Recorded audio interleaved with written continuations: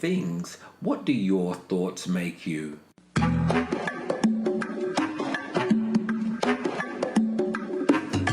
If you could change something in your life right now, what would you change? Your stress level at work, your direction in life, or maybe your weight or fitness level? This is not the first time you've thought about your answer, so what is keeping you from making the change? Have you considered that there is only one thing you need to do and everything else will fall in line and you will see all the changes take place? It sounds too simple, but that one thing you need to change is your thinking. Your thinking shapes the direction your life takes. Your thoughts become your words, which translate into your actions, which then forms your habits that develop your character, which dictates your destiny. Take time out on a regular basis to examine and even challenge your current way of thinking. You may find that in certain areas of your life, your thoughts have been out of focus, which has in turn blurred your vision of certain circumstances and events around you. This was certainly the case for me when I started my journey. I realized very early I had to shift from an old, outdated paradigm I had to a new one that helped me achieve my weight and health goals. What aspect of your thinking do you need to change to achieve your weight and health goals? Well, good afternoon and welcome to this week's edition of Make Health Your Habit podcast live. Now, first of all, if you was with us last week, you would have seen that for some reason the show cut off in the middle. I have no idea. There were some people working outside, or we think the gremlins didn't want the show to go on, so somehow they kind of put something to stop it. But we're here and we have the full crew this week. You know, we had the full crew. Terri was missing last week.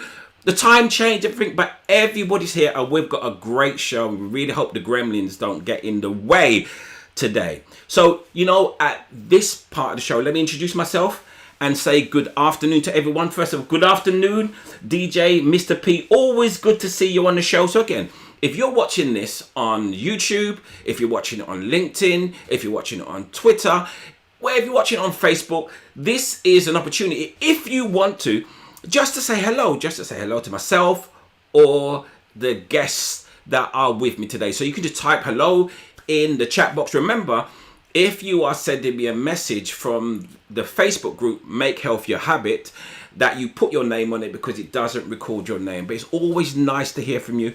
And considering the time zones are all back together, hopefully we're all good. So we have Ray. Good afternoon, Ray. Not sure where you're calling from. It's always nice because we've got some international guests here today. We've got people on from Dubai. We've got people on from the USA. And I'm from England. So hello, Ken Barnes. I'm not too sure who said that there.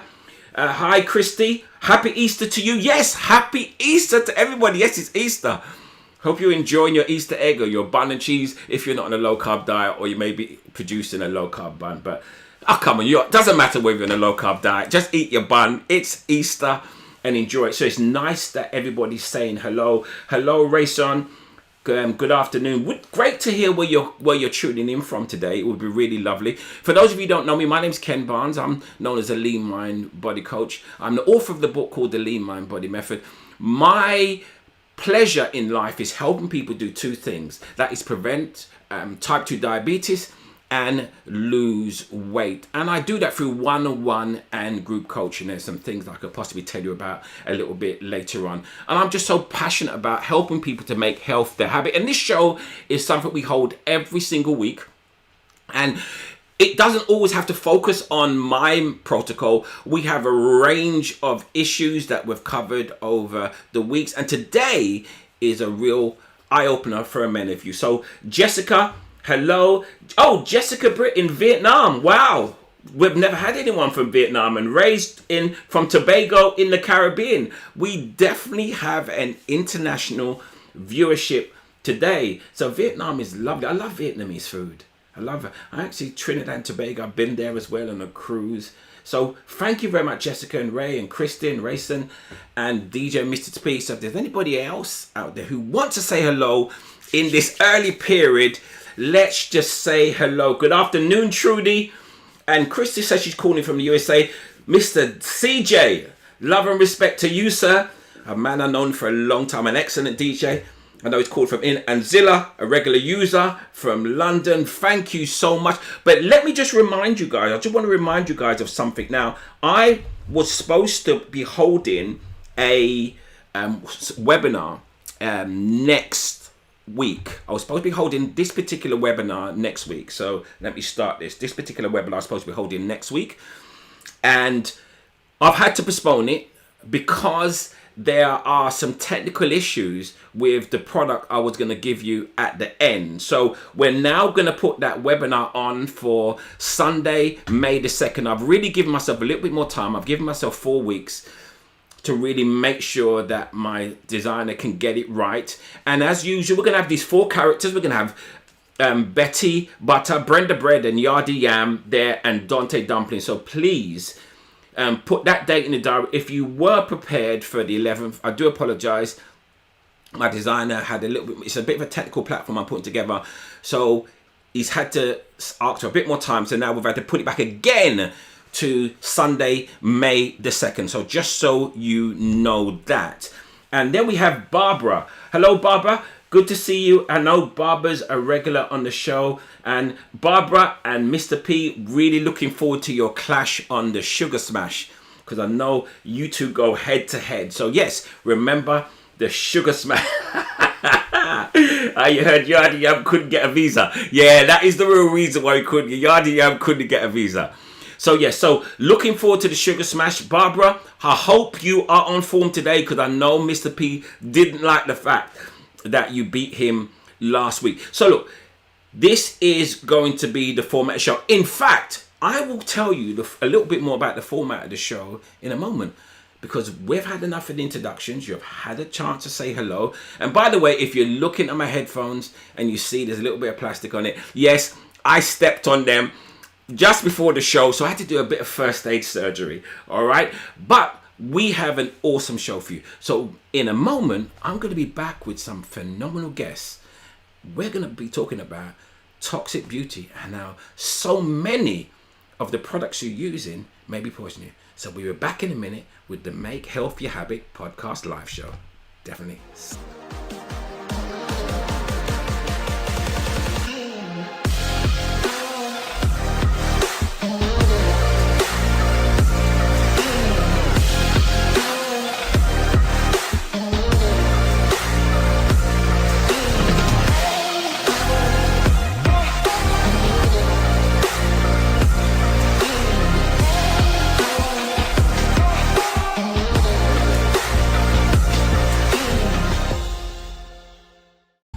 Yes, I really do like that kind of introduction there. I really do. Kind of gets my juices going and ready for the show.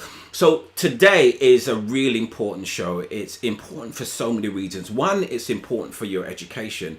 And two, it's important for your health. And I really want you to kind of have a pen and paper and get ready to take some notes today, because we're going to share some information that's going to be so enlightening to you. I mean, we've had this conversation before on an app that we all belong to called Clubhouse. And I think the conversation went on for over about 4 hours. And in fact, we had it twice. And both times they went on for 4 hours. So my guests are going to share some very surprising things about many of the products that you use. And it could possibly change the way you use your products. Now, you're going to have an opportunity. Yes, Christy, we're going to have a playback. It is all recorded. But during the show, if you have a question, we're going to make this really interactive. We're going to talk to a couple of guests individually. But if you have a question at any point, then please use the chat, and then we'll put that question to our guests. So we're just going to talk to them individually for the first part of the show. And then we're going to come together, and then we're going to have a real robust conversation. So if you have any questions based on your own experience, or based on what the guests say, then I would then encourage you to use the chat button on, as I said, YouTube, Facebook, or anywhere, just to put your questions to the guests. So my first guest, her name is Victoria, and it's such a pleasure. Hello, Victoria, and welcome to Make Health Your Habit podcast live. How are you today?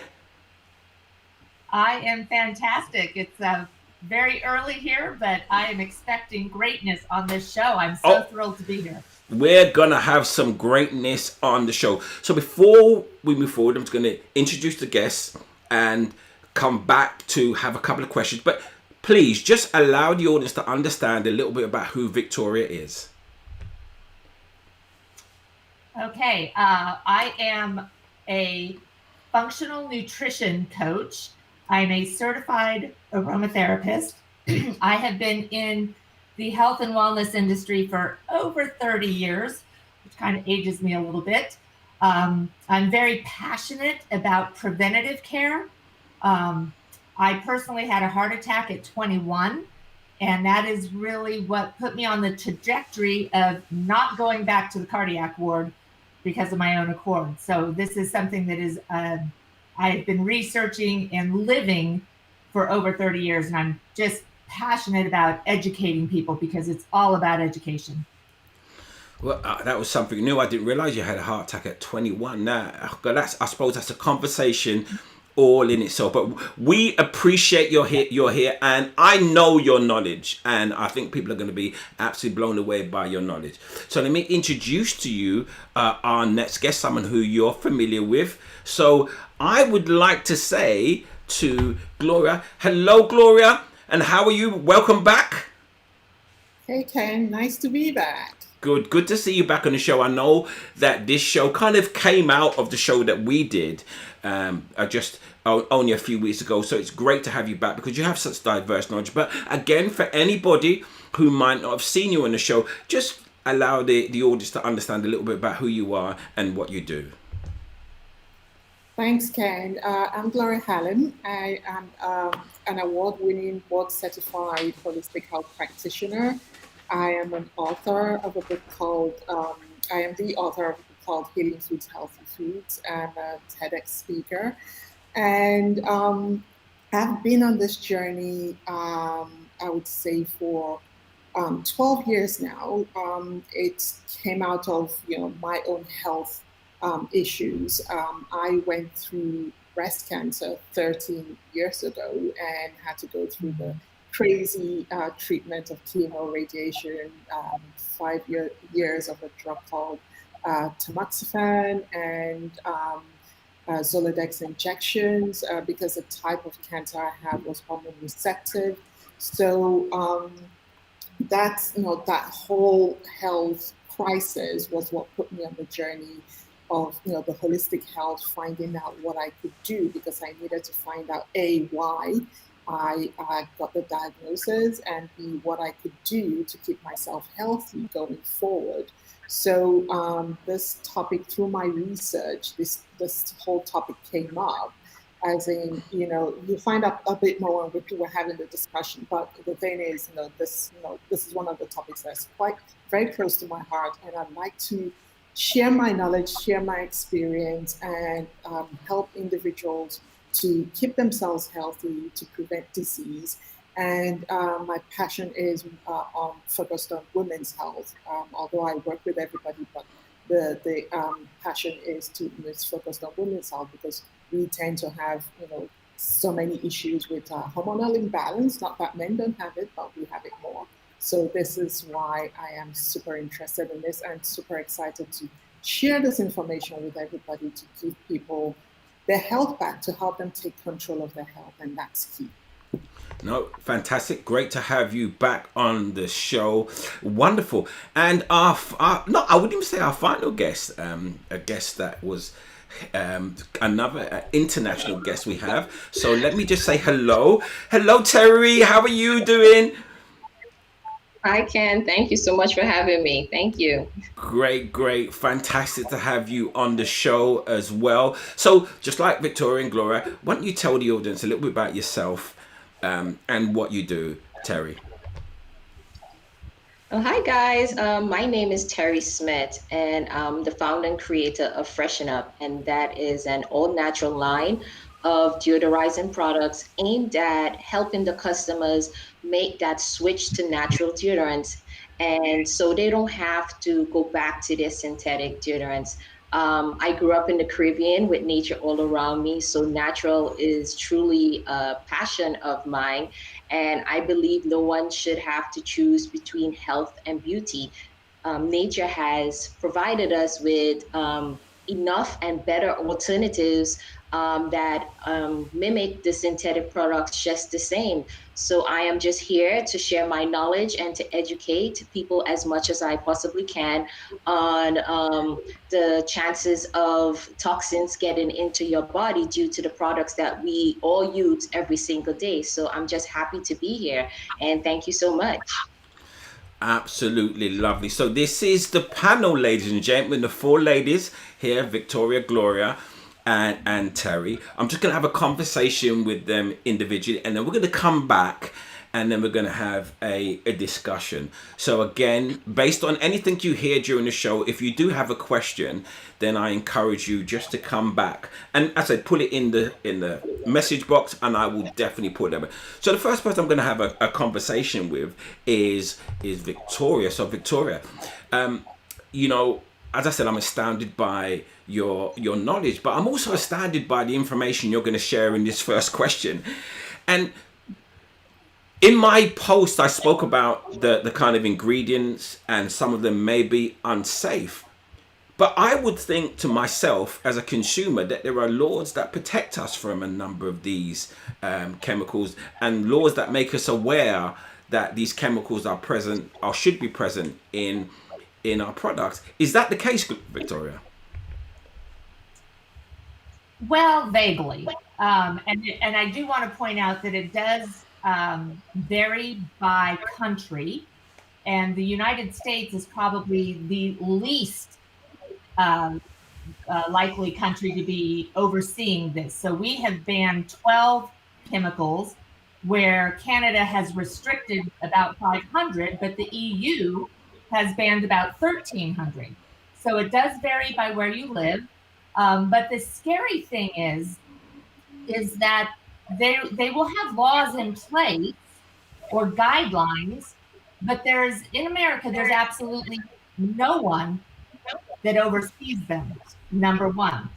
Number two, and this is the most concerning, the average woman uses 12 products to get ready to go out, right? And there have been estimates between 200 and 500 different chemicals in these products.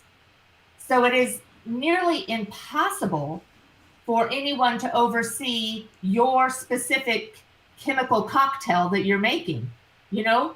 So if you look on the shelf and this vaguely meets the guideline, this meets the guideline, this meets the guideline, but you put the three together, you no longer meet the guidelines. And I think that that's the most concerning. And then we could go into greenwashing, which is where people aren't meeting the guidelines, but they will have packaging that makes you feel like they're meeting the guideline, right? It's green, it's got some leaves on it, it's got some oats or whatever on the packaging. And as a consumer, we think, oh, that's natural. And it's not, right? So I'm very excited about this conversation that we're going to have, because education is power.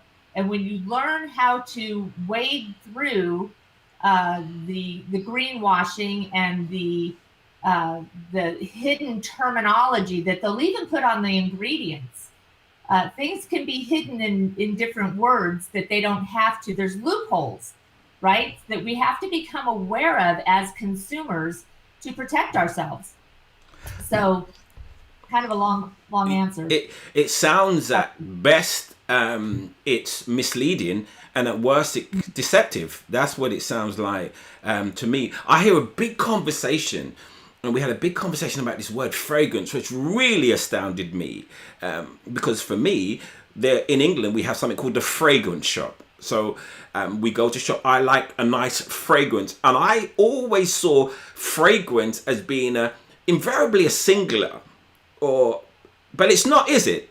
Tell us what when someone sees the word fragrance, on one of their perfumes or product. Tell us what that can potentially mean. The word fragrance or perfume, and it's, I walk by these perfume shops here and I think, oh my gosh, that poor person having to work in there. There can be thousands of chemicals hidden in the word fragrance. Phthalates, you'll never see that on the label, but it's almost always in the word fragrance. And it's potentially, carcinogenic and endocrine disrupting and all kinds of issues. So the reason why that in America, there is no governing body that oversees fragrance, right? Because we're just spraying it on. And think about women in particular, how many women do we know that have thyroid issues? Where do we spray our fragrance? Right on our thyroid, and they don't have to tell us what is in the word fragrance, because the loophole is that it is their trade secret that makes their product special is their fragrance, and they don't want anyone copying it. Now, there's a brilliant documentary for those of you who really want to deep dive on this called thestinkmovie.com. And it is all about the fragrance industry and how deceiving and dangerous it is. And everybody needs to watch this. And there are natural ways that we can smell good, essential oils being one of them. You can make your own perfumes naturally and have side benefits instead of side effects. Yeah, and we're going to go into that a little bit later on. So what you're saying to me is when I see the word fragrance, there could be hundreds, if not more, different chemicals inside there. And sometimes chemicals that can be harmful, and manufacturers do not have to put it on the label because they're protected by their trade secret. That's what you're saying. So in essence, when I'm putting a perfume on my skin, I really don't have no idea what I'm putting on it besides how it smells. Absolutely. And then you have to consider that the word fragrance may be in multiple products. It's not just the perfume or cologne that you're putting on. It's in multiple products. So the cocktail that we're making, this toxic soup, we have no idea long-term what this is doing to us, except you look around, how many people do you know that have an autoimmune disease? The numbers are staggering. That sounds really, really frightening to me, to know I'm putting these chemicals on and not only know what's in them, but they could be harmful for me, and the manufacturer doesn't have to list them. I mean, I think you've started the conversation off in the right way, and I hope people are now listening. You're really, really listening, because when you put that perfume on to smell good, you could be messing up your endocrine system. You could be messing up your hormones, and we're going to go there. We're going to actually just touch on those subjects. So I hope you can see how important this conversation is. Victoria, thank you very much. Absolutely fantastic way to be able to start the show. Really do appreciate that. Gloria, I think anyone watching now would think, wow, they're now rushing to their bathroom to try and see the list of ingredients in their product, but unfortunately it's not there. Maybe the question to a certain extent has been answered, but I would like you to answer it in your own words, because you have experience. Why should someone switch to clean products? Why should someone be so concerned about the chemicals and the perfumes and the beauty care products that they use? Why should they really be so concerned about that, Gloria? Yeah, thanks, Ken. Great question. And you actually touched on it a minute ago. The main reason why people should switch is to protect their endocrine system. And so what is your endocrine system? Your endocrine system is, part of your whole, your functioning body, which has other glands included in it, of which your hormones are part of your endocrine system. Your bloodstream, your different organs make up the endocrine system. And To touch on what Victoria touched on earlier on, that, by the time a woman leaves her front door, she's used 12 different, skincare products. And out of, there's studies out there that literally tell you this, that show this, that 60% of what you put on your skin goes into your bloodstream, into your endocrine system, into your body, your hormones, all the organs of the endocrine system. So that is your whole body, your functioning body. And out of that, 60%, if you think about between, the studies I've read show 127 different types of chemicals, toxic chemicals that have, from those 12 products. But I think, I know there are more. And to Victoria's point, between 200 and 500 different types of, toxic chemicals. If you to put that into context and think about it, your skin is your largest organ, right? And 60% of those 12 products you put on your skin goes into your bloodstream, of which you've got about, let's say, let's go with the number 127 different toxic chemicals, and that is women. For men is about the study says 90 something, but I think it's way more than that, going into your bloodstream. And it's no wonder that we have so many, health issues going on, because this is one of the contributing factors of ill health, of autoimmune diseases, of hormonal imbalance, of, more serious diseases like cancer. For me, I went through it, and it's one of the things I had to do, going through the process of healing myself, to clean out my skincare products, and the types of foods I eat, and the household products. And the thing is, we call these, the toxic chemicals, we call them, estrogen or endocrine disruptors. And what are these? These are chemicals that actually can mess with the way our body functions, with the way our endocrine system functions. And some are natural and some are synthetic, but regardless, these are absorbed through our skin, or we breathe it in, or we ingest it, but mostly putting it on our skin.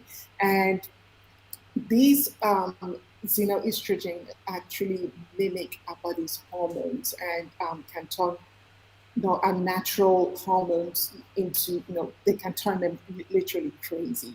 And this is why we have so many health issues. We have the hormonal imbalance going on, and we don't tend to know exactly what the issue is. And then to take things further, if you feel unwell because you've got all this crazy going on in your body, you go to your doctor, you get prescription for some medication that's additional toxic chemicals into your body. So in order to start to heal and start to feel better with ourselves, and start to get that balance of looking after our endocrine system, which it literally protects us, we need to start looking at what we put on our skin. And like I said before, the skin is the largest organ. 60% of what you put on it goes into your bloodstream. So we need to start paying attention to what we put on our skin by reading the labels on all the products that we use, and start to clean them out gradually. It's not something that can be done overnight, but it is achievable. I had to do that because, like I said at the beginning during the intro, the type of cancer I had was hormone receptive breast cancer, and which is caused by one of the factors is estrogen dominance.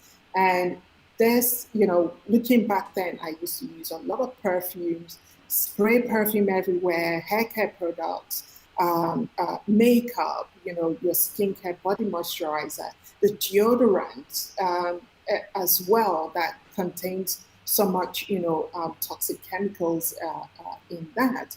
And it is just, the way we live these days is just ridiculous. And we need to pay attention. And thankfully, a lot of people are paying more attention towards their health and asking questions. So, the whole point of this is protecting our endocrine system from, all the xenoestrogens and the parabens, the phthalates that come into system. So this is, it's so super important to get this information. And you know, I've heard the information before, but I have to say, each time I hear it, it kind of sends shivers. I remember when we had the conversation on Clubhouse, and there were some individuals who actually came on stage and spoke about how their health had declined and how their health would improve when they stopped doing some of the things that you're talking about, that Victoria is going to be talking about, and that Terri. They stopped using certain products and their health improved dramatically. So take this seriously. I mean, where we, and I'll say we because I've made some changes, we're using some products that potentially making us sick, and this awareness is so important. So in particular, Gloria, there are some. I know there are a number of chemicals that we have to be aware of. But what would be a few that you would mention that people would look out for? It may not be listed on their products, but they can go away and Google it themselves and realize how disruptive these toxins are. So what are a few of the toxins that can be found in some of our personal beauty care products? Oh gosh, there are so many. The first one, parabens. Parabens are a preservative, and they are found in personal care products such as deodorants and lotions. And manufacturers actually use this toxic chemical to extend the shelf life of cosmetics. So look out for. I had to write this down because I couldn't. There's no way I can remember how to pronounce some of them. But once you see parabens on your on the labels on your products, look out for a couple of them. Like I said, I can't pronounce all of them, but they're so long. Butyl paraben, propyl paraben, isopropyl paraben. So these come under the bigger name, the parabens. So look out for that. The other thing we need to look out for is phthalates, spelled PHTHALATES. And these are chemicals that are widely used in production. And they are actually found not just in skincare products, but also in plastics and household products, and in many everyday items. And these are commonly found also, they're incredibly super tiny particles, and these are found in everyday items. So you have to look out for phthalates. And then nanoparticles. These are really tiny particles that they're actually small enough to get into your lungs, right? And they're found in most sprays and powders and sunscreen as well. And they can get into your bloodstream and cause all kinds of health problems. And another one that people wouldn't really think about or know about that aren't as common as the parabens, the phthalates, and the SLS, sodium lauryl sulfate. There is also formaldehyde, which, as everybody knows, that is used in embalming dead bodies, and they're found in shampoos, in conditioners, in other hair care products, skincare products, and also nail polish as well. So formaldehyde is a common, it's known as a carcinogen, and it's an irritant and an allergen. So this can cause cancer, can cause allergies, and it can be very irritating to the skin. And I'll go two more, petroleum and petroleum byproducts. We use this is very common in with a lot of people. It's in your lip gloss, it's in your mascaras, it's in skincare products, and these ingredients actually interfere with your skin's natural functions, and they clog your pores as well. I know growing up, the best thing, especially in the African community, is to use petroleum jelly or anything that has a petroleum base. Yeah, I have to say, I do remember that. Yeah, right. So it's kind of like, it's like a black thing. If it doesn't contain petroleum jelly, don't use it. It's not good enough. But I have to say, and it was used for everything. It was used for skin, used for your hair. I mean, it was just it, used. yeah, used for every single Yeah. thing. So they are not great because they clog up your skin. And there's one more I'll touch on. It's called siloxanes, and it's often used in skincare to give it that smooth, velvety Yeah. texture. And the thing is, these days I make my own body moisturizer, and I don't need any additional And ingredient to make we're it gonna go smooth. right into that. Absolutely Yeah, we will. fantastic. Yeah, Absolutely. yeah. So I mean, really, you know, it really is a little bit scary, I have to say. I mean, I it's very similar to the food industry where I say learn to read the label. I'm so pleased you told people to do that because, when they pick up a food, they normally pick up the food label, and they may lead. But when you go to buy a perfume, you don't really look at the label, do you? Just, oh, does it smell nice? Does it feel nice? Does it move to? So you've made a really, really valid point there about reading the labels and just letting people know about some of the chemicals that are harmful. And we've had a couple of people asking about a couple of questions, but we'll come back to that in a moment. But before we go there, I just want to come to Terri. Hello, Terri. Terri. Listen, so the scene has been set. The scene has been set because we understand. Look, there are some products out there that are synthetically made that are only made to smell good. I won't even say taste good because we're not talking about food, but smell good. Yes. But they are causing people harm. And there are some people who are suffering from certain ailments who may not even realize it's because of their skincare. So if they're watching this and they're going to think, okay, all right, I now want to go down the all natural route. But, for example, a deodorant. Deodorant is there not just to stop the perspiration, but it's there to stop that kind of odor. And someone might be saying, well, are natural products, are they as effective as synthetic products? Will they do the same job? Terri, what is your opinion on that? Oh, this is such an important question, and I think one that is at the forefront of most people's minds. And the short answer to that question would be yes, natural is as effective. It will be important to also note that most synthetic products actually were made to mimic some the potent ingredient in a natural product. We have from the pharmaceutical industry with like aspirin, all the way to the beauty industry with ingredients like salicylic acid. So if natural wasn't effective or wasn't potent, they wouldn't have a reason to hone in on these key ingredients to synthesize in the lab. I think where the frustration lies with natural products is that we're so used to quick fixes.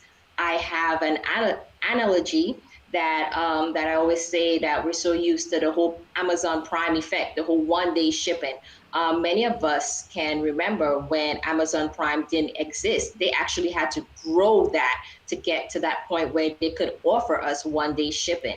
We need to adopt the same principalities concerning our natural skincare products. These things will take time to work. Natural is not immediate. That is the key word here. It is effective, it's just not immediate.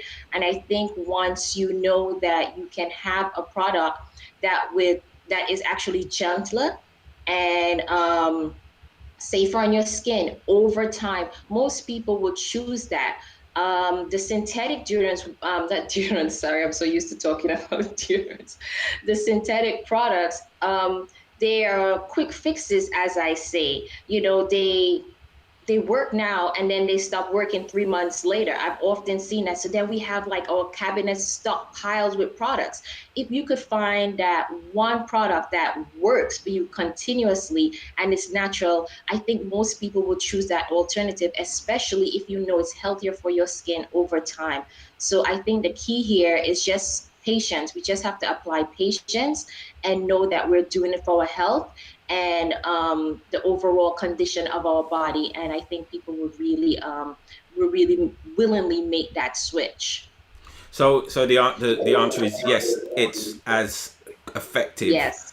Absolutely. And yeah, I'm using some as well, which I'll talk about maybe at the end, but I have found it as effective and I feel a lot more comfortable doing that as well. So Terri, I mean, we've spoke a little bit about parabens and some of the products, but in your experience, what are the most toxic products that there are out there, Terri? In your experience, what are the most toxic products on the market? Well, Victoria and Gloria actually touched on one of them, and that is fragrance. Fragrance is highly toxic, and they went into full detail as to why fragrances are toxic.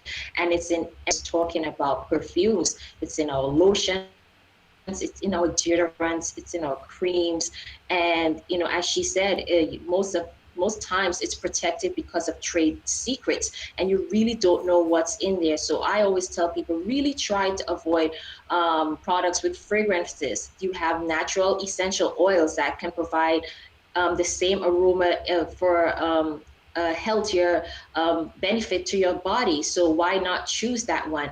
Another one that I consider the hair dyes and your hair straighteners, and especially for women of color, this is a big concern. They're specifically marketed to them, and we have a 60% increase in cancer for Black women because of these products. And there's absolutely no reason we should be continuously using them. In my former healthcare days, I used to work alongside a pathologist, and I remember he was brain, and I tell you, the condition of that brain from this 70-year-old woman who has been dyeing her hair for umpteen years, it was pitch black. I kid you not, it was black, and you could see the effects. You can physically see the effects of you dyeing your hair and straightening your hair over time. So when we may not have a outward physical manifestation, is definitely doing damage on the. Yeah. So the hair dye is Natural deodorants. yeah, the hair dye is definitely one, and I know that a lot of people use different hair dyes, and that might be one something we knew about. I mean, deodorants is one as well, isn't it? Is there's what is the chemical that people need to look out for in a deodorant, Terri? Definitely aluminum. It inhibits you from sweating. You absolutely do not want to block your sweat pores. Your sweating allows your body to regulate temperature. It removes toxins. So when you block those pores, you're actually just accumulating toxins in your underarms, and it has nowhere to go. Think of your lymphatic system. It 3/4 of it dumps into your left underarm. If there's no way to release it, it's going to spread somewhere. It's going to spread somewhere in your body. Even though we have inconclusive evidence of aluminum linking to cancer and Alzheimer's, I have customers coming to me because their doctors are telling them make that switch. There is a reason. We may not have the physical evidence, but something is going on with these ingredients that are harming our bodies, and we all need to take note of them. Well, definitely that's one thing that I have swapped to use an aluminium free. So I use a roll-on now, which is aluminium free. So absolutely, I totally agree with that. Fantastic conversation there. So we're just going to have a general conversation. I've had a couple of questions come in, and we're just going to have a free round around it. The first question has come in from Isaac, and let's see who wants to take. And he says, "What about talc powder?" Obviously, talc, that is something else we used to use growing up as babies and XYZ. Let me come to Victoria on this one. Let me try and point out. But Victoria, talcum powder, is there anything we need to look out for in talcum powder? Well, I will tell you, there was just a lawsuit a couple of years ago here where a man won.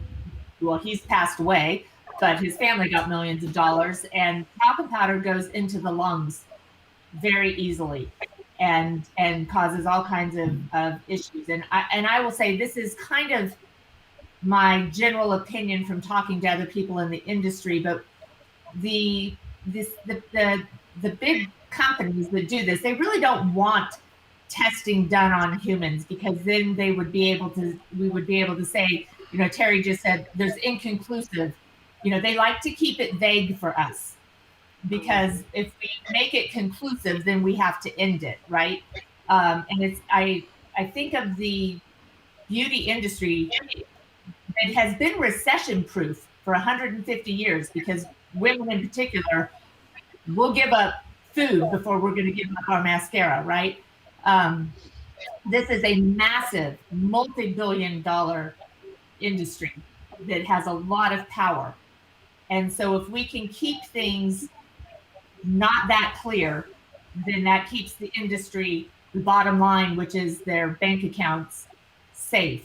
And you think about the tobacco industry, for how many years did they fight that and not want to have conclusive evidence and not want to say this is absolutely causing cancer?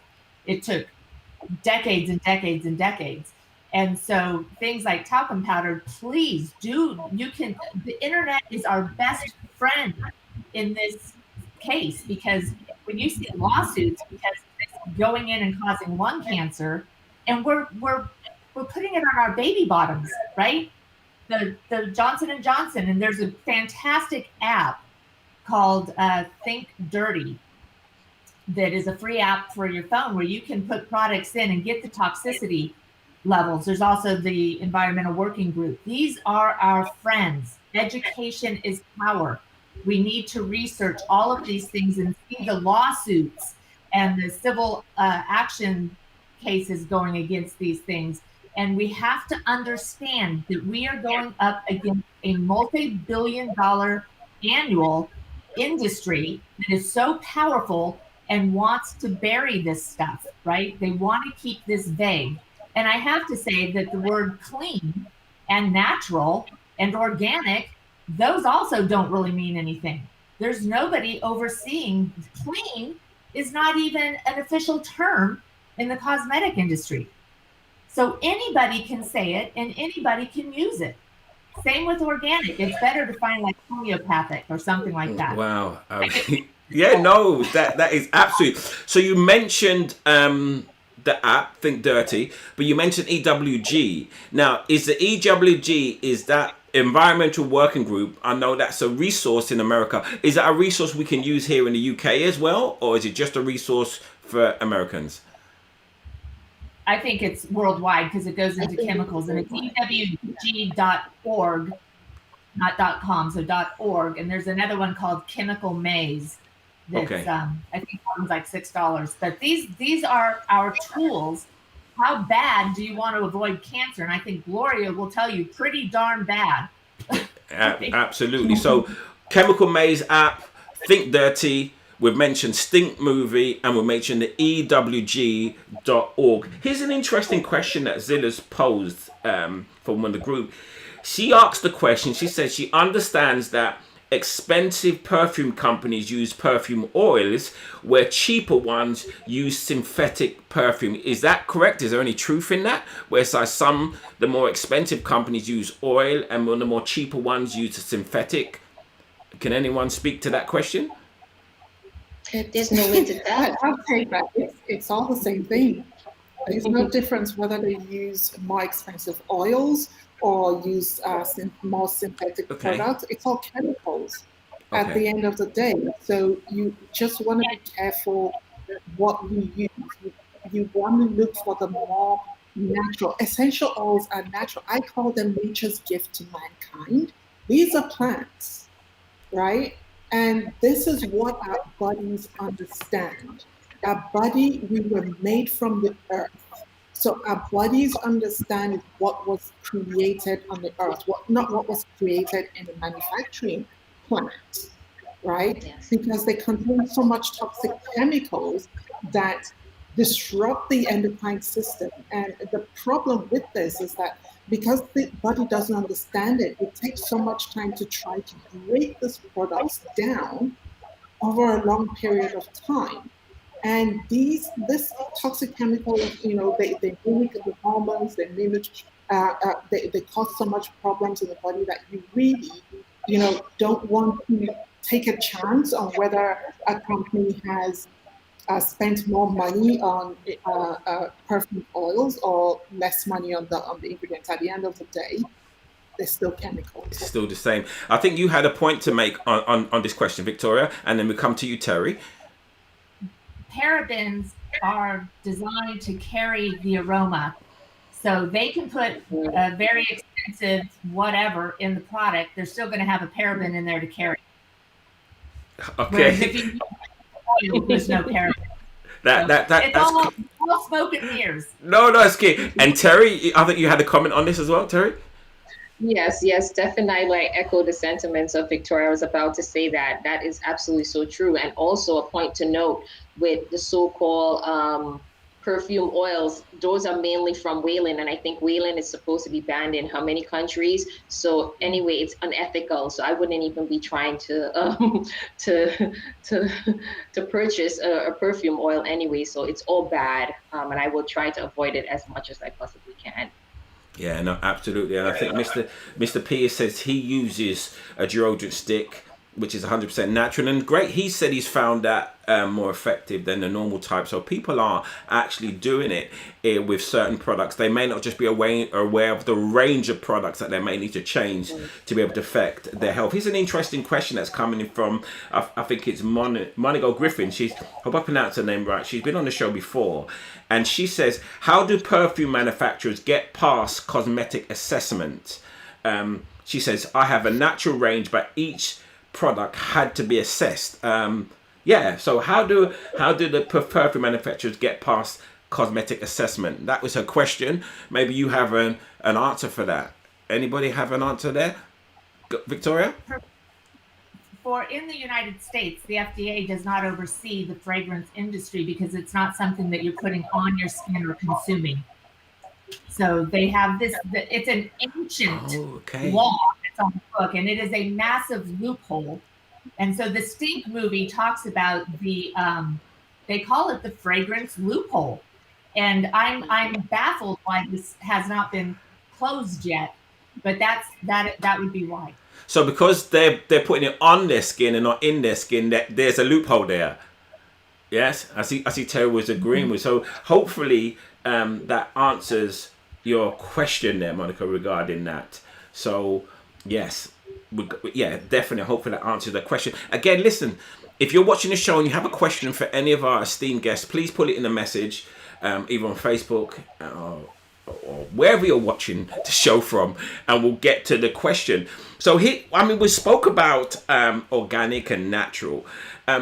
Is one better than the other, or are they the same, organic and natural? Terri, is organic and natural the same? Is one better than the other? These words are not regulated by any governing body, and that is important to note. And I think it's just up for your personal perspective. I prefer to use the term natural and green because this is something that I grew up around. These are the terms that I grew up using. Now, for some people, they may resonate, organic might resonate better with them. Some people like using the word clean. At the end of the day, I think it's all about ingredients. You should really read your labels and pick what works for you. Pick what you think will be best for your body, just as how you are particular about what you are ingesting, as Victoria say, that loophole, be as particular about what you are putting on your body. So it shouldn't matter about natural or organic. It should just strictly matter about the ingredients that you are applying to your body. So are you saying if someone's looking out for a product, should they look out for natural or organic, or either one? If something's organic, would that mean it's natural? Not necessarily. Okay. You would hope so, but absolutely not necessarily. Go ahead, Victoria. Yeah, organic really means that it was grown without herbicides, pesticides, fungicides, which, by the way, the word sides is Latin for death. So we should really keep that in mind. So you can have something that's organic in the growing process, but then you don't know what's been added to it later. And again, as Terri said, there is no one overseeing this word. And there can be really good products not labeled as organic because they might be being sourced from a country like Somalia that doesn't have the organic term. Right. And then natural, it's the same thing. it can say natural. Nobody's overseeing it. There's no natural police. But there's also natural products that aren't safe.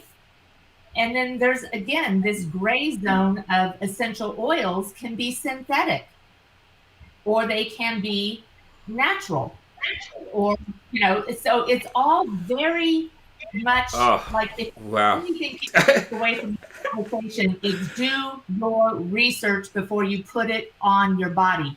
Your skin. Exactly. Okay. And So, okay. one more thing. I like to note there's a difference between natural and naturally inspired. And we have a lot of that on the market today. So naturally and naturally inspired, they have to look out for. So okay, so let's go back. So I've watched this program now, and now I am now going to check every product I have in my kitchen, and every time I'm going to go down to Westfield, which is just down the road, which when it opens back up again, and now I'm going to make sure. So I understand about the apps. So what do I look for when I'm picking up this product? What should I look for? What is there a particular word or is there a particular makeup? What should I look for in a product? So let's take a product, for example. What's the most commonly used product, would you say? Let's go with a couple of products. Let's first go with deodorant. Let's go with toothpaste, and let's go with maybe a skincare, like a cream. So let's deal with those three things. Let's deal with deodorant first. When I pick up a deodorant, what should I be looking for if I want to follow the practices, what we're talking about in this show, of using a product that is not going to affect my health?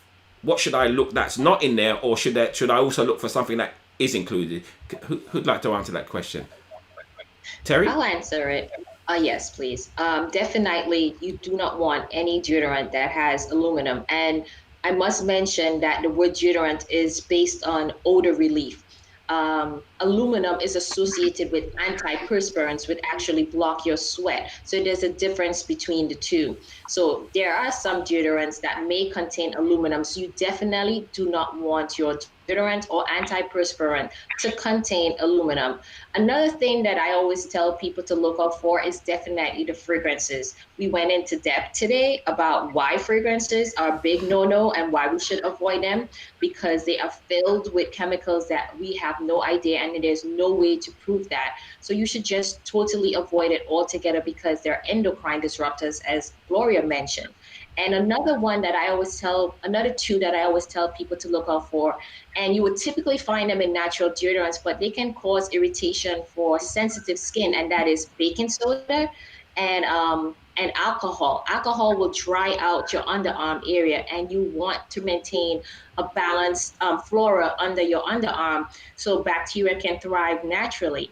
And your baking soda, it's irritable.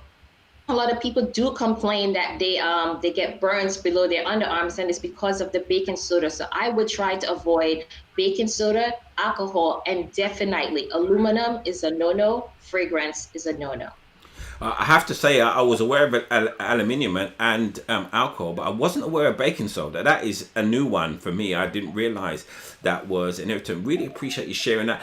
Again, if you're watching the show live, please, if you have a question for our guest, please pull it in the message box, either Facebook or YouTube. Gloria, I have to come to you following on from that question, considering what you've been through and how close your armpits are. I mean, we had a show here recently about breast cancer and how a woman checks for her breast and under her arm, and even under her armpit, she needs to check for lumps. And unfortunately, I'm guessing, but you'd be able to confirm this, I'm sure there may have been cases where a woman's deodorant may have contributed to her breast cancer and hormones that affected that. And with your own personal experience, what are your thoughts on that, Gloria?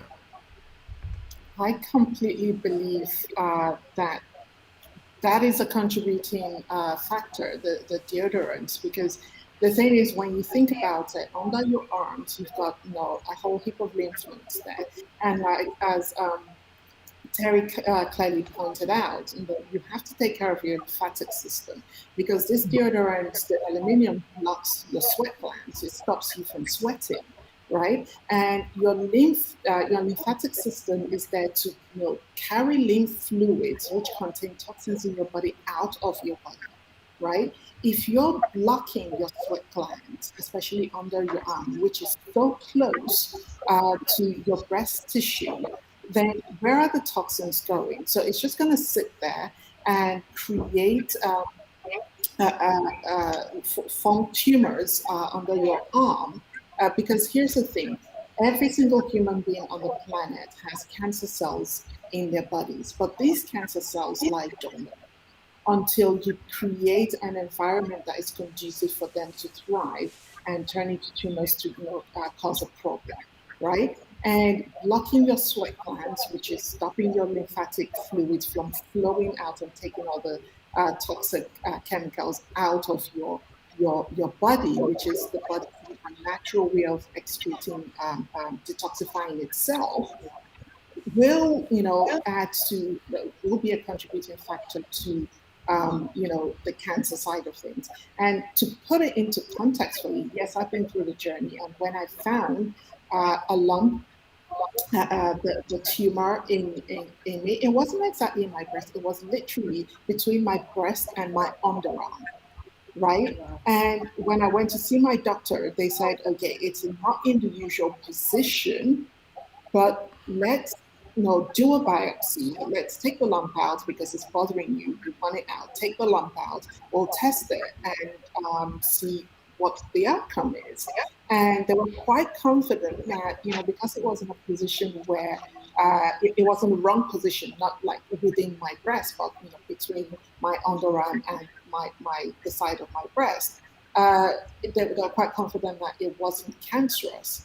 But had the surgery, they did tested the tumor, and it turned out to be cancer, right? So I literally think, and I used to use a lot of this deodorant, never used to care about. As for me, the deciding factor for choosing deodorant back then was, does it smell good? And is it going to protect me? Is it going to stop me from sweating? Because I used to sweat a lot. Now, if I sweat, I am so thankful that I'm sweating, because this is my body's natural way of excreting the toxins from my body. So I would encourage people to do the swap, literally do the swap, starting with your deodorants, because it's so important, especially for women, because of your lymph nodes and where they are in relation to your breast tissue as well. So definitely do the swap, deodorant, your skincare products. The skincare products also contain fragrance. They contain alcohol. They contain even the so-called natural or organic ones contain all this synthetic products. So it's it's advisable to read the ingredients list, the labels on each product. And I say to people, if you see on the product, items that you cannot pronounce, or you cannot find in your kitchen, or you cannot eat, please don't touch it. And if it contains more than 5 or 6 ingredients, do not touch it. That's just way too many ingredients going into your skin. That's the kind of layman's guidance I give to people, to just, this is five ingredients. So if it doesn't contain less, and we're going to go on, you're going to share with the audience some of the, maybe an ingredient, maybe a product you use that they could use at home and they can make at home. And we'll do that closer to the end. And Victoria, let's come to the other product, which is toothpaste, which we use every single day. Toothpaste. I mean, it's just supposed to keep my teeth white, isn't it? That's all I need to be worried about. Or do I need to be worried about a little bit more than that when I'm buying toothpaste, Gloria? Sorry, Victoria. My apologies, Victoria. Before I jump on toothpaste, I want to give people a really easy site called Credo, CREDO beauty.com, and they have a dirty list, and it's got all the ingredients that we need to be avoiding in our products, very easily laid out. So it's Credo's dirty list, and it's a very easy source for education. Toothpaste is wild to me. I have to say, I'm surprised you gave me this. I'm happy you gave me this question. When I was living overseas, I was living in a place that there was literally like 2 toothpastes, and I would come back to America in the summertime, and I would go to the store, and it was just like a wall of toothpastes, just incredible marketing in this area. And again, very little oversight. I personally don't think we need fluoride, for example. And then you look at some of these sprinkles and colors and this red, white, and blue stripes and all of this marketing mix. And then you have to look at the ingredients that's in the red and in the white and in the blue, and what are the colorants that are making it that color.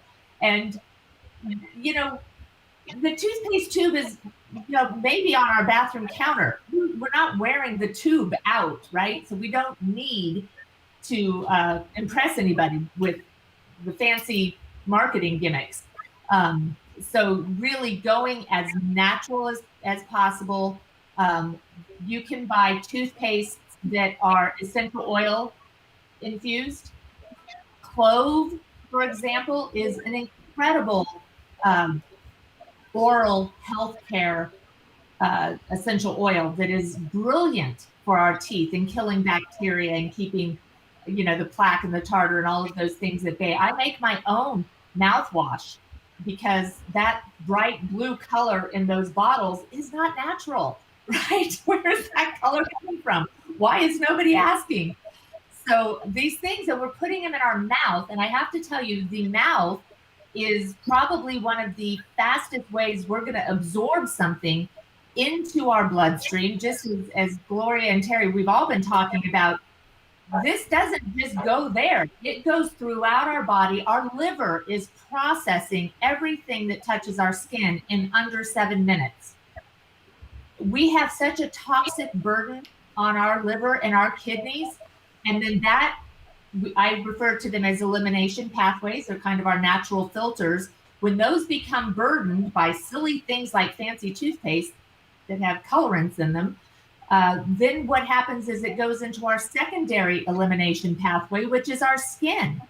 And how many people do you know that are struggling with eczema and psoriasis and acne and all of these different skin issues that are not our natural state?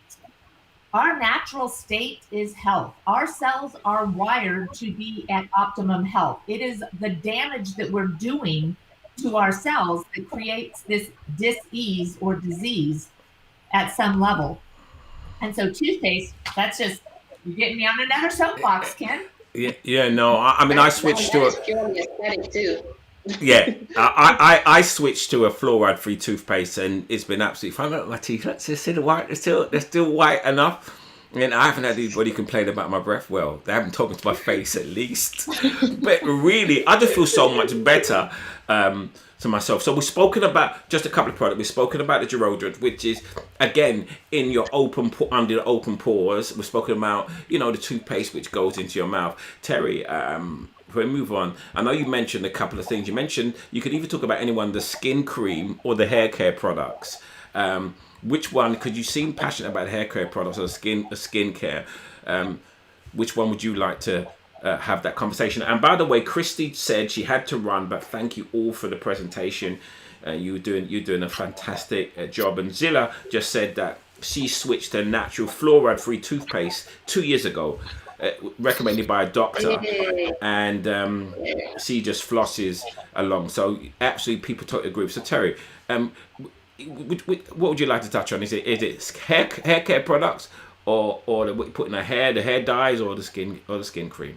I would say hair care. I think that one was the most shocking and appalling because I was actually able to physically witness the damage that the hair dyes are doing to our brains. Like, if you could get an inside peek into what your brain is actually looking like if you have been dyeing your hair religiously, you will be shocked, and I think you will run for the hills. I nearly run for the hills that day when I saw it, because I couldn't believe. And I think I asked the doctor over and over again. I'm like, this is from hair dye. It was dark. When I tell you it was black, just like how a lungs looks when you have been smoking continuously over time. It is actually very scary. It is real. I think we get a lot of flack in the clean, natural, organic, however, whatever term suits your fancy industry that we like to harp on fear. But these are realities that people are actually facing. They just don't know it because they end up on a mortician's table. You don't want that to happen to you. So I think you might have lost you for a little bit. You go back, Terry. You just froze for a little bit there. Continue. I'm sorry. No, I was just saying, I think these conversation that we're having, this particular conversation that we're having today is extremely important because we are not trying to instill fear in people. We're trying to instill knowledge in you so that you can make better Very choices much. because these side effects are actual. They are not made up. They manifest in many different ways in your brain throughout your body. So it's very important that we bring this to the forefront to allow people to make better choices. Because I think once you know better, you will choose better. So I think it's very important that we put that out there for folks.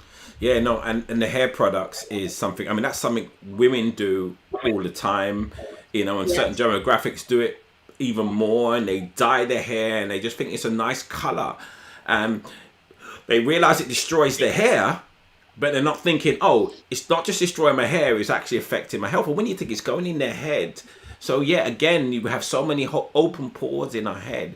So it's so important. I mean, I think this conversation is really, really enlightening to me. And I'm going to be more careful of the hair products I use in the future. I think, I'm definitely going to be more careful of them which I use in the future. But no, it's an Okay. important... Say, I just want to add something about the hair care products right there go that ahead. just came to me, and I thought I really need to say this, especially for women of color. In short, it's for every woman that uses products on her hair. For the women of color, we use relaxers, we use hair dyes, we use anything that goes on the hair color, everything. Here's the thing to think about: you have a gland, a master gland at the back, up beneath your brain called your hypothalamus, and your pituitary gland. These are glands that are responsible for creating hormones in your body, right? That goes into, all this hair care product. It goes into your skin, goes into. So it's just, when Terry was talking about the brain getting discolored, and hang on a minute, the brain is there. The gland, the Mhm. hypothalamus is right there at the base of your head. So what happens to that? Because that is where your hormones get created, right? Mm. So what happens to that? If that can happen to the brain, imagine what can happen to your master gland that creates your hormones. So it just boggles me. It's just, Oh I my just made the goodness. connection after Terry said what she said. I'm thinking, oh my God, I That never was a good one, connected. Gloria. Wow. Me either. Now Right? that you said it. Yeah. Oh my goodness. No, absolutely. What this is, we don't want to scare anybody. I don't know if anybody can speak into this as well. But Barbara said, wonderful show. She has to run. So she said, thank you very much for the information. Now, we've spoke about some of the issues that can happen. I think we really have to be a bit real here. And if any of you can enlighten the audience of some of the potential illnesses that can happen when people use the wrong skin and beauty products through some of these, the parabens, the estrogens, what are the sometimes short-term and long-term effects, health effects that can happen from using these products? Because I think we have to be real with people. It's not just a skin rash. There are some serious ill health that can come from individuals from using these products over a course of time. Don't know if anybody would like to speak to a couple of those issues. I would like Well, to I share think that. that's Yeah, go. Let's go, Victoria, and then we come to you, Gloria. Yeah, I mean, the obvious ones are cancer. These are carcinogenic. Alzheimer's has been referenced, but I don't think that people understand how damaging these things are to the thyroid. I was, like I said earlier, 30 years in health and wellness, and I was living in Shanghai, China for 9 years, and very polluted, doing the best I could, feeling, I was pretty knowledgeable, but I ended up losing my thyroid due to toxic odor. So I don't think people understand you can get liver cancer because you're burdening your liver trying to filter this stuff. You can have kidney issues. Thyroid is a big one for women, and the thyroid is a major organ. And I do want to say this toxic burden, um, we call it the muffin top here in America, this kind of visceral fat that's coming around our midsection. This is actually our fat cells expanding. They can expand up to 400 times their natural size before they do apoptosis, which means create a new fat cell. But they can expand. And what's happening is our body is absorbing these toxins and trying to protect major organs. Most, except for our brain, all of our major organs are kind of from our neck to our hips. All these major organs, and our bodies are trying desperately, because we're created for survival, right? So they're doing this visceral fat to protect. But if you don't, the weight gain causes a whole other slew of health issues. But if you don't have what we call smart fat cells, then you're going to start losing major organs. This is so serious. I can't express. Now, I lost my thyroid, and knowing what I know now, I probably might have been able to prevent it. Flying in airplanes, if you fly a lot, especially if you're a woman, there's a low-grade radiation that is also attacking. So we're being bombarded in our environments all the time. So it is imperative that we control what we can. Absolutely fantastic. And Gloria, I know you had a point on this issue about some of the nefarious effects of using these chemicals we're talking about. Yeah, Victoria mentioned most of it, and I've talked about my journey through cancer, and there are also autoimmune issues that can stem from these, the long-term use of these chemicals, and that is like you said, we're not trying to scare people, but we're just trying to bring the awareness to people and give them, give them the information we have so that they can engage them and spur them on to do their own research, do further research into all this information that we're giving you, because there are studies out there. We're not just talking through just our experience or what we've picked up. There are a lot of studies, a lot of white papers out there that you can read up on. And if anybody, does want, information, just reach out to us. I'm sure we can provide, guidance. But, Victoria has provided a lot of the websites that are super, super good to actually find out all this information. And the best one being ewg.org. Use that as your daily go-to website to find out all this information and how you can prevent, all these health issues from occurring. And to support you on your journey to swapping from all the synthetic products, toxic chemicals, to more cleaner products, and giving you that support right there. But this is just it's such a fantastic thing that we're doing right here, having this conversation. And I think you kind of summed up what I was about to say, Gloria, because in a show like this, we've only got about an hour and a half, maybe a little bit, slightly bit longer, because when we have a few guests, we're going a little bit longer. We can only share so much. As individuals, you can only share so much, but the hope is that what you share inspire people to go on their own journey of research, to go on their own journey of educating themselves about what they're putting on their skin. That's all we can hope for in this show, that they listen to you ladies, listen to the expertise you're sharing, and they think, well, hold on a minute, then I need to think a little bit more about what I put on my skin. Exactly the same way when I speak about the food and the diet, that it inspires people to go on their own journey. And I think you've really shared some great information. And we're going to come back shortly, and we're going to have you just share some, maybe just one product each that they can make at home, and they can see that natural or homemade products can be as effective and safe for their health. But we're going to play, as I told you, what we normally play every week is Sugar Smash, and this is part of my, and don't be nervous, Terry looks so nervous there, don't look nervous. This is just a fun little game where we show exactly the kind of foods that is in certain foods. So this is Sugar Smash. This is what it is we play every week. Gloria knows how this goes, so I'm going to share with you 3 foods. It's a fun game where you just have to guess the amount of carbohydrates in the food. I know Barbara's left us, but Mr. P is here. And basically, because my whole work is about reducing sugar. It is, and I have a sugar addiction program which is starting incredibly soon. And sugar is a toxin. It absolutely is. So everything I do, in essence, is help people reduce sugar. Listen, we have about 4 grams worth of sugar in our bodies at any one time. About a teaspoon worth of sugar. All right, but whatever you see on screen now is sugar. So you can see there's a banana, you can see there's a can of Coke.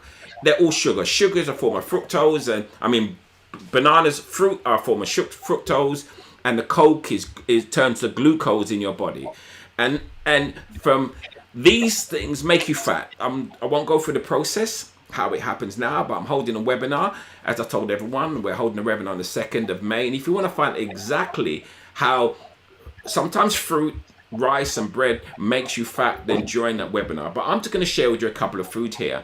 So we have 3 foods here which I'm going to share with you. Some of you might eat them all the time.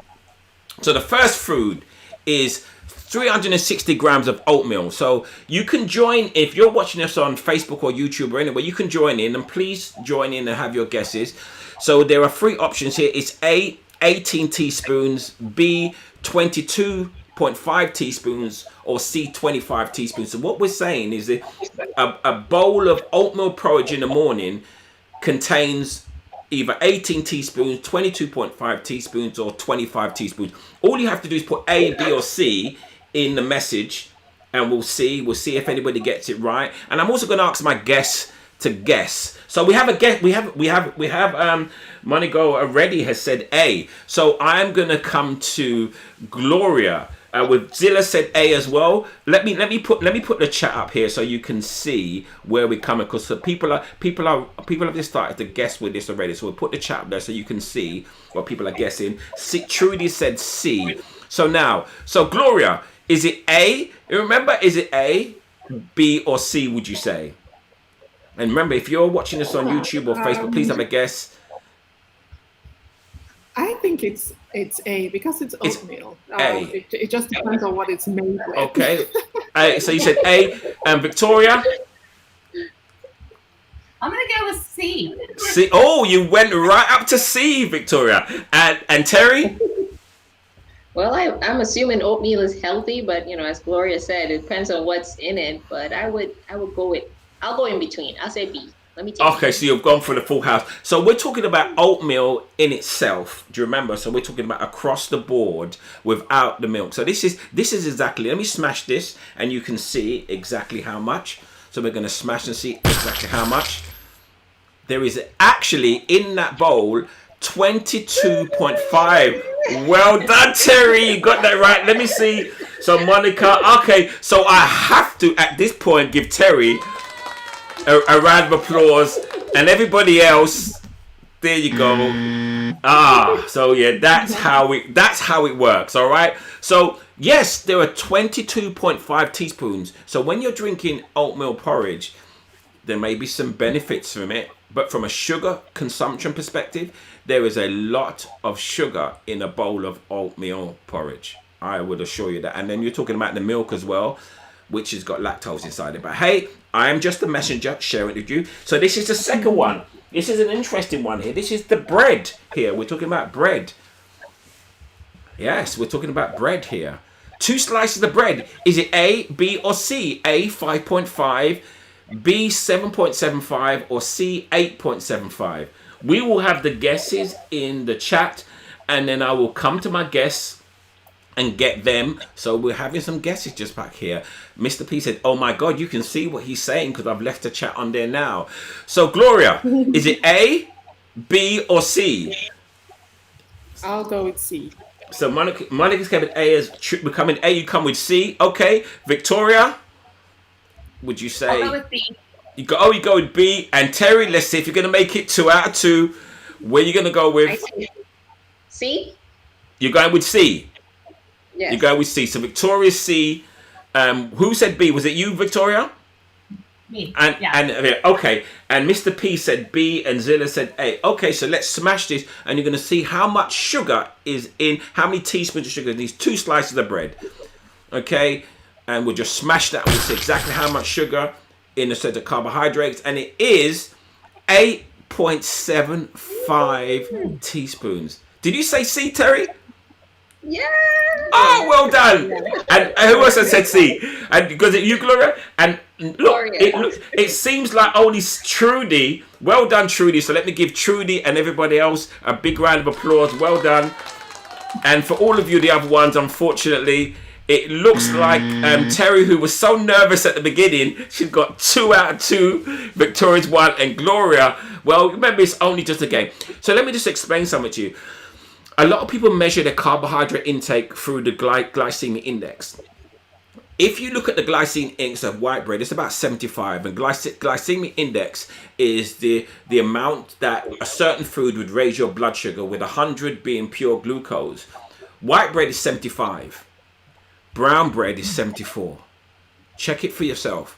So if you think that brown bread will not raise your, because it says brown, wholemeal brown won't raise your blood sugar in the same way white, check it out. It's a high glycemic food. Just an interesting fact.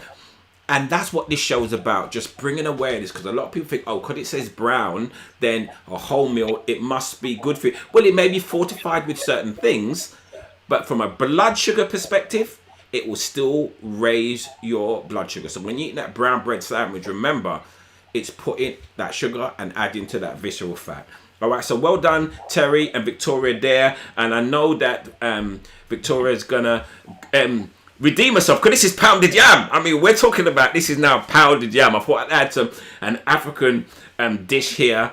So pounded yam, so we got A, 12 teaspoons, B, 15 teaspoons, C, 18. You know, whatever happens, I mean, this is 180 grams of pounded yam here. So whatever happens, it's not exactly low. But hey, let's have a guess in the chat here. Is it A, B, or C? Let's see if we can have a guess there. And then while you're guessing there on YouTube or on Facebook, wherever you are, I'll come to my guess. Let me do it another way round first, so in case you can get there. I'll come to you last, Gloria, all right? So I'll come to Victoria first. Victoria. I'm going to go with C, because we call those sweet potatoes. Oh, sweet. Okay. So you go with C. Terri, which one are you going to go for? See if you can go for a full house now. Is yam considered cassava? No, it's different from cassava, but I'm not giving you no clues. I can't give you any clues. You got 2 out of 2. That's not right. Come on. All right, I'll go with C. Oh, you go with C as well? And Gloria? Yes. I'll go with C. Oh, you're all playing it safe, Sikuba. Right. And what do we have? So we had Zilla said C. We had DJ Mr. P said B. Monigo has said B. Trudy said A. And Ray said C. And B said no one said A. Okay, well, let's smash this and see exactly how many teaspoons of sugar. Let's see if Terri will get a full house. And it is 15 teaspoons. 15 teaspoons. And so we have June. Well done, June. Well done, Monaco. Well done, DJ Mr. P. Let me give you all a round of applause. Well done. And unfortunately for everybody on the panel today, it's just a... But Terri, you can feel great. The fact that you got actually 2 out of 3. And as I said, this part of the show is just a little game, and it just raised awareness, because I am about sugar reduction, and most people just see sugar as the table sugar, but you have to take, because for example, a woman's supposed to have 6 and a man's supposed to have 9. But when you're looking at your weight, when you look at your blood sugar, you have to take in consideration also the sugar that's in refined and also complex carbohydrates. So this part of the show just raises awareness of the amount of teaspoons of sugar in certain foods. It may be great for you. You can eat it if you don't have a problem. If you have a metabolic issue, if you're suffering from pre-diabetes, if you're suffering from diabetes, or suffering from weight. Unfortunately, you fatten easily. Certain foods affect you in a different way. We have an enzyme called amylase in our body, which helps us digest carbohydrates, and certain of us just don't. It's not effective. So there are certain foods that will affect us more than others. Your friend may be able to eat this food, but we can't. And this part of the show is just about raising awareness of what you are putting in your mouth every single day. And it just amazes me every time I do the research on the food. And yeah, this is so much. If you suffering, I mean, remember this is an African dish here, and in the Caribbean we eat yam with soup. Same thing, flour. It's just flour and sugar. So thank you very, very much for everybody who's taken part in that today. I'm going to come back to you ladies, and I just want to share with the individuals in the room just the last part here. Now, I just want to share with you, if you understand what I'm talking about regarding the sugar, you can go to my website and you can download this free 5-day meal plan. Go to kenmbarnes.com and you can download a free 5-day meal plan. And what it is, it will allow you to be able to experience some of the food I eat, so which doesn't put weight on my waist or my hips or anywhere. And it includes some great recipes like curry salmon, jerk chicken and garlic trout. There's a full shopping list there. There's a full ingredients list. There's even something that tells you what to do with leftovers. So if you go to kenmbarnes.com and you just want to try some of the foods, the reduced sugar foods I eat, then you can download this meal plan absolutely free of charge. And for the next 5 days, you can enjoy delicious food that is going to really affect your weight and health in so many positive ways. There's also a dessert on there as well. But definitely try the jerk sauce. I use it all the time and it's absolutely delicious. I've actually made some saltfish fritters. It's not in there, not that recipe there. I've actually, it's Easter is fish. I made some saltfish fritters today. But if you join my program later in the year, then you get a saltfish fritter recipe, not today. All right. And just want to remind you again, I've had to move the webinar. Don't blame the butter for what the bread did. I've had to move it because of a technical issue with something I'm creating, something really great and wonderful. So it's now going to be on Sunday, May the 2nd at 8 p.m. You can go to my website again, kenmbarnes.com, and you can register for that webinar. Anybody who registered for that webinar prior to the webinar start and attends the webinar will qualify for an hour's coaching and some other goodies, over £100 worth of goods. So register, turn up, and you'll be put into a prize draw for that webinar. So just go to kenmbarnes.com and register for that. And there is so much I have happening over the next couple of months, which I'm just so excited to tell you about. And if you're watching us on YouTube, please subscribe to the channel. Press like for this video and subscribe to our channel. If you're watching this on Facebook, again, like it. And why don't you share the video? If you think the information has been helpful for people, why don't you just share the love and share the information with individuals? So thank you very much for bearing us for that part. So now we're just going to come to the close, not necessarily the close. I'm going to just ask the esteemed panel, because we're speaking about natural, we're speaking about non-synthetic, and I know they use products very effective, which some of them they make easily at home, which allows them to avoid some of the chemicals we're talking about. So I'm going to ask them to share it, just one. You know, you can reach out to them. They'll give you their contact details at the end of the show if you wanted to find a little bit more information about how they can help you further. But I'll just ask them just to share one product. And I'm really going to ask them to share it in such a way that you can make it at home. So they'll tell you the process, the amount to use, and everything. So so get your pens and paper ready, ladies and gentlemen. Get your pens and paper ready, because they're going to share something with you, and they're going to share exactly, in a sense, briefly, how you can make it. So I think in that sense, I will come to Gloria first, because I actually do like, Gloria has she's named a couple, but I'll come to Gloria. So Gloria, please share in a way that they can make it at home. Get your pens and paper ready, because Gloria's going to share with you a great product that you can make at home, and what you can use it as an alternative to. So, Gloria. Great, thanks, Ken. This is what I use as a moisturizer most of the time. It's a hormonal balance moisturizer. It's oil based anyway. I use essential oils a lot. So if you get a 30 ml bottle, always opt for glass bottles that are, either brown, so it preserves the quality of the oils in there. So in a 30 ml bottle, add kind of halfway or almost full with 30 ml fractionated coconut oil or sweet almond oil. I alternate between both of them. I prefer sweet almond oil most of the time. And to that, I would add 15 drops of clary sage oil. I would add 10 drops of ylang ylang oil, and also 10 drops of geranium and 5 drops of wild orange. So I use this after a shower, and literally massage my body with it. And a lot of the time, I use it as a massage oil as well when I feel, a bit of a hormonal imbalance going on. And also, it doubles up, no, it triples up as my body moisturizer. I use it under my arms rather than use deodorant. So this is my natural deodorant. I use it under my arms. Sometimes I use a different blend. And also it can be used as your perfume. I call it perfume, not perfume. So because it smells great.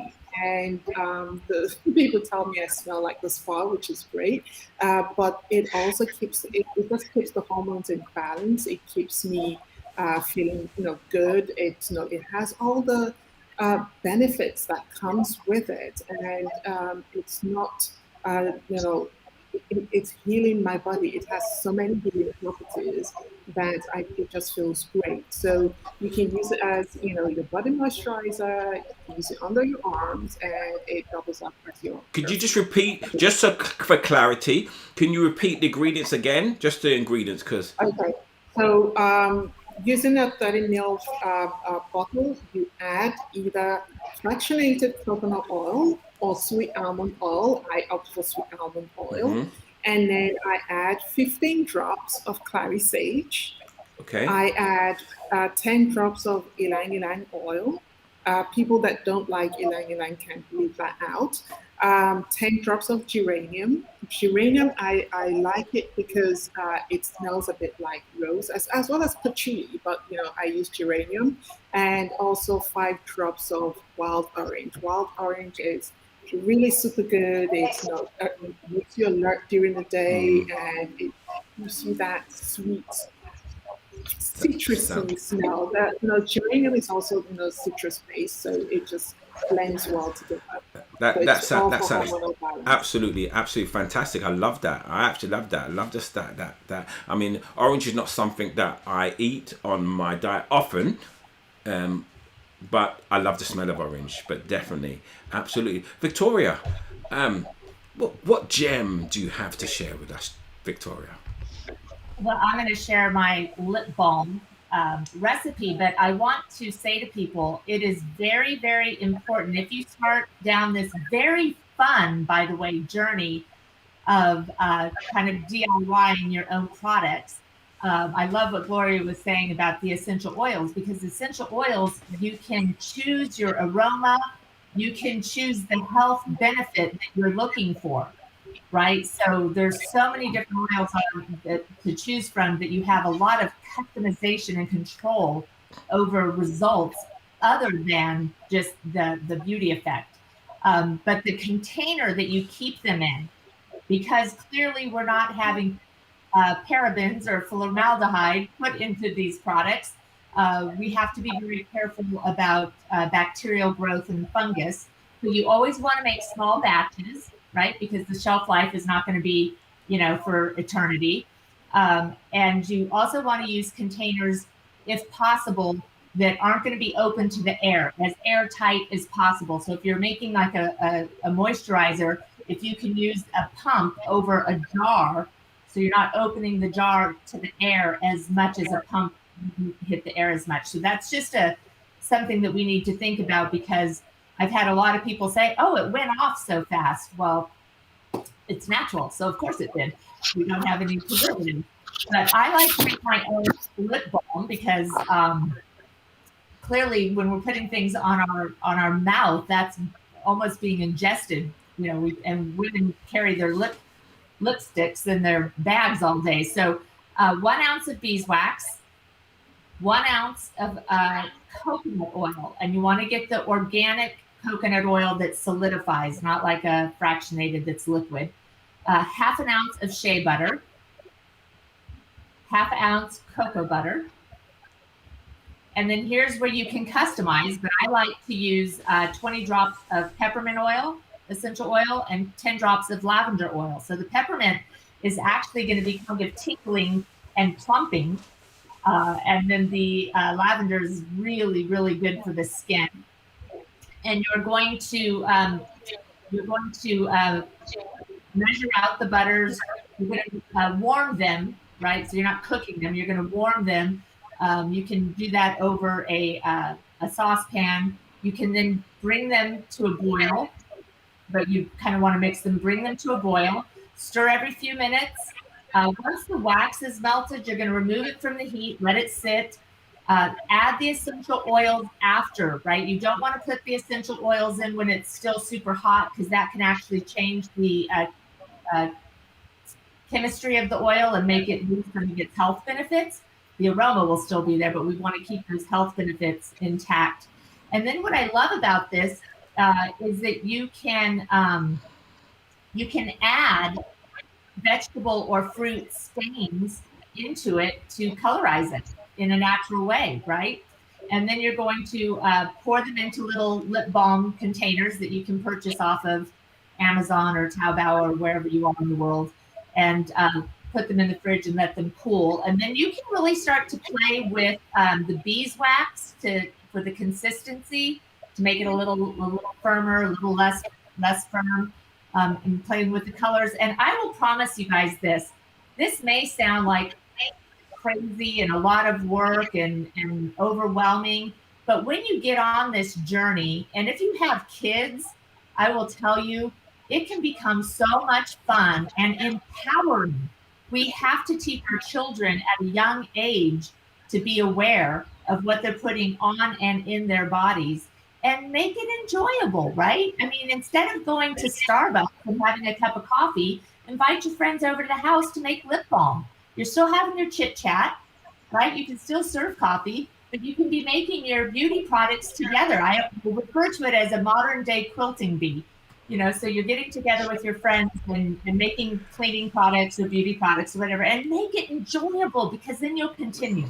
Yes, have to. There are a couple of things I want to ask you. I just want to repeat the ingredients again, not the process, but the first thing I just want to ask you, you mentioned peppermint. Now, just to be clear, if someone does have a lip balm, if their lips are kind of chapped anyway, will that peppermint, because peppermint can be, will that peppermint affect them if they have any kind of chapped lips anyway, in any? It could. And this is why I love essential oils, because you can certainly customize. So if you're in the winter time here in Colorado, people have chapped lips all the time.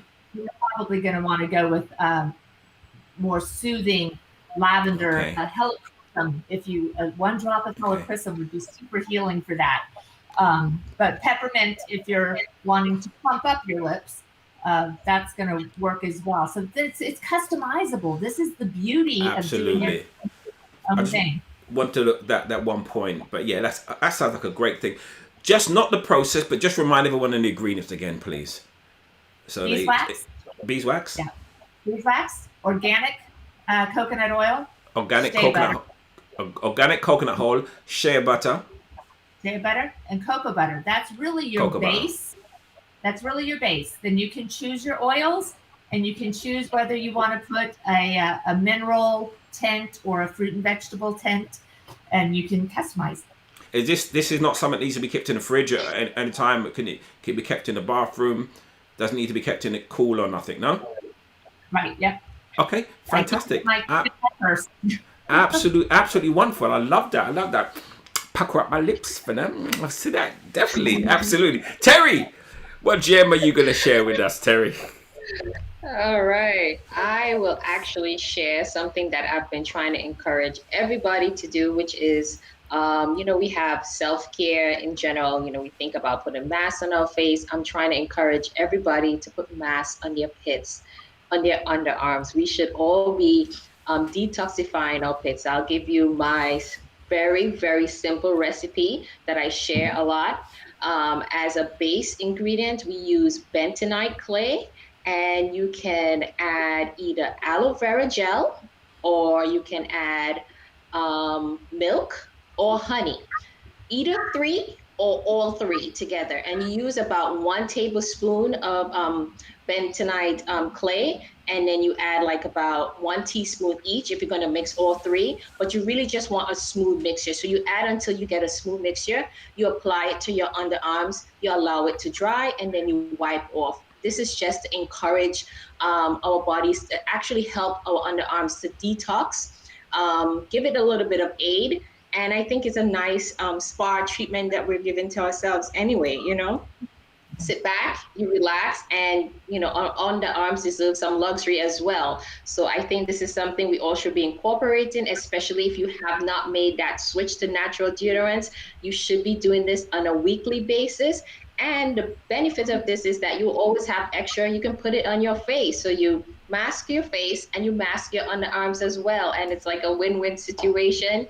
And you get some R&R time. And there's some health benefits to go along with it as well. So simple and easy. Bentonite clay, honey, milk, aloe vera gel. Bentonite clay, honey. So bentonite clay, honey, and... You could pick one or all three if you want to be fancy. Okay, so just go ahead. Bentonite clay, honey, milk, any kind of milk, and aloe vera gel. Okay, bentonite, and they can get bentonite clay anyway because of the internet. So I like a face mask, so I can put it over my face and then put it on my arms. Yeah.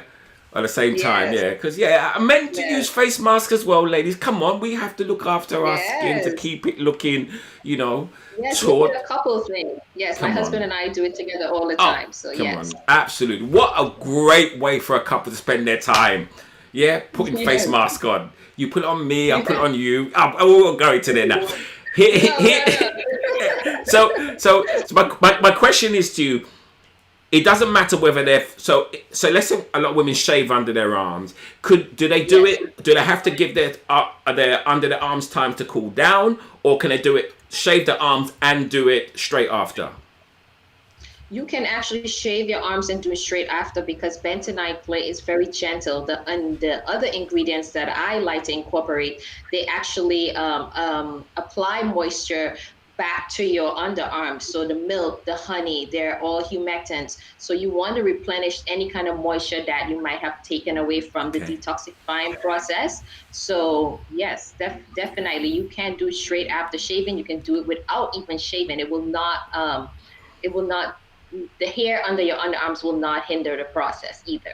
Okay, so that's an underarm detox. I love that. I love that. We've had some really, really limp arm, the underarm, and the essential oils. I think there's some great things. I would love to. I mean, I didn't have a chance to make a note because I'm coordinated, but definitely I love the lip bar. In fact, I love all of it, but I'm definitely going to try the underarm thing. I'm a man, yes. And men, you do need to look after yourself as well. Don't just leave it to the ladies.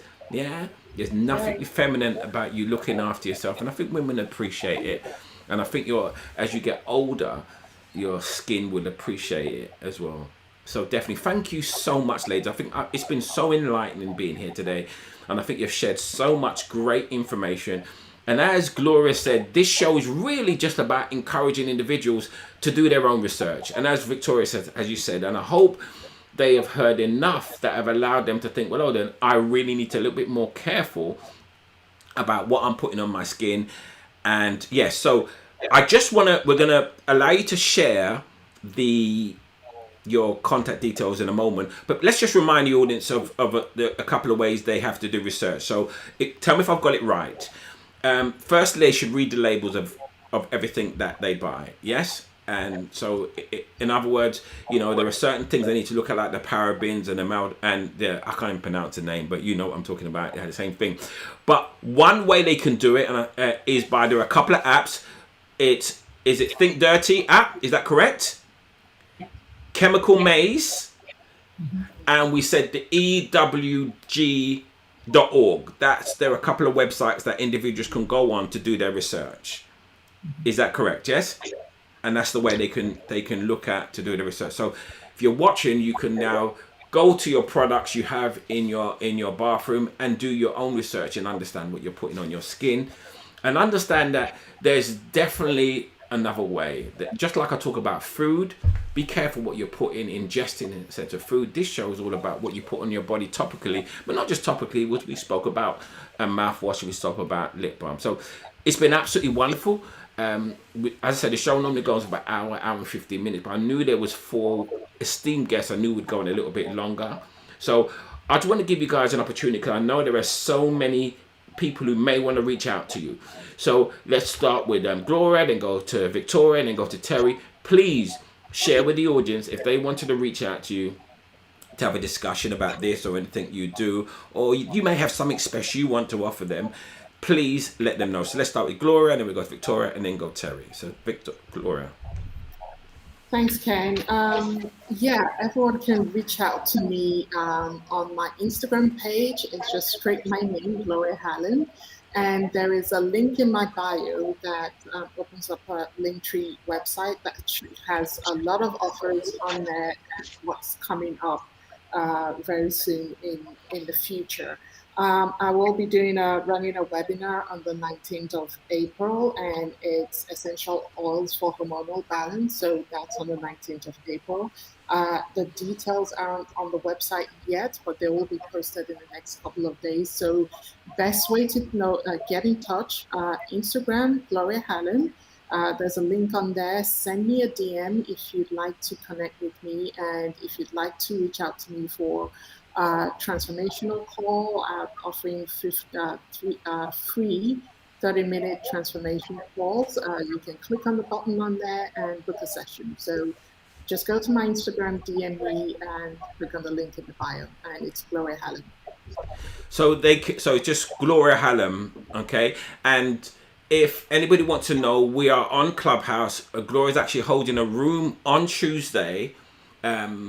It's 2 p.m. GMT if you're on Clubhouse and you're watching this, and it's going to be about hormone health and happiness. So if you go to Clubhouse and you just search for Make Health Your Habit, or even Gloria, or if you're following myself, you'll know about that room. So that's going to be at 2 p.m. on Tuesday, and it's all about hormone health and happiness. It was a phenomenal room last 2 weeks ago. It's a room she holds every single week. So join us on Clubhouse. You'll connect with all of us on Clubhouse. So thank you so much, Gloria. So Victoria, how can individuals reach out to you, and if you have any information you want to share with them? Yes, I do. First, before I share that, I want to encourage everybody. Ken, you know this. Our bodies are amazing. And even if you have been using toxic products your whole life, you can make a change and your body can heal itself. Our bodies are amazing at reversing our damage that we may have done. So I don't want anybody walking away discouraged. Make these changes in baby steps as you can, and it will make an impact. So I just wanted to encourage everyone. You can find me on my Instagram. It's oil, but it's OYL. So it's Own Your Life. OYL, without boundaries.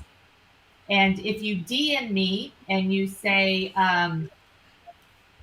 Toxic Beauty, I will send you my ebook that I've written that has all of the things you should use, all of the things you should avoid, and a whole lot of recipes of things that you can make at home. And I will send that out to you for free. And I teach classes on healthy living on Thursday mornings at 10 a.m. Mountain time. in the US. I don't know what that is in GMT. Sorry, Ken, you're so good at that. But my next class, and we didn't even touch on this podcast, but is Save the Planet, because April 10th is Earth Day. And one of the things that this discussion also ripples out into is the sustainability and health of our planet. So April 8th, 10 a.m., you can get the information on my Instagram as well. I'd love to see you there, because that's also important. Thank you very, very much. So in Mountain Time at the moment, I think you're 6 hours. It looks like 7 hours. So it looks like you're 7 hours behind. So, and what time is it Mountain Time? It's about 5 minutes to 9 in the morning. Yeah. So what time is your thing on the Mountain Time? 10 a.m. And I do record them. And if you just send me a DM saying I want the recording of the class, I will send it to you. It'll be 5 p.m. GMT. 5. But please just remind the audience of your Instagram, so they're clear of how to reach out to you on Instagram, please. Oil without OYL. Own your life. Okay. Without boundaries. Great stuff. Absolutely. So that's absolutely fantastic. Wonderful, wonderful, wonderful. Terri, how can people reach out to you, and any information you want to share? Sure. Thank you, Ken, so much. I can be reached at Get Freshen Up. That's GET Freshen UP Up. That's my social handle across all platforms. That's Instagram, Twitter, Facebook. I'm more active on Instagram, but if you message me anywhere, I am free. I am happy to actually share any information that I have, especially for those who are curious about starting their natural journey with natural deodorants, and or if you're having a bit of a hard time making that transition, because I know it can be a tough one. My brand really caters to helping you make that switch so you don't have to go back.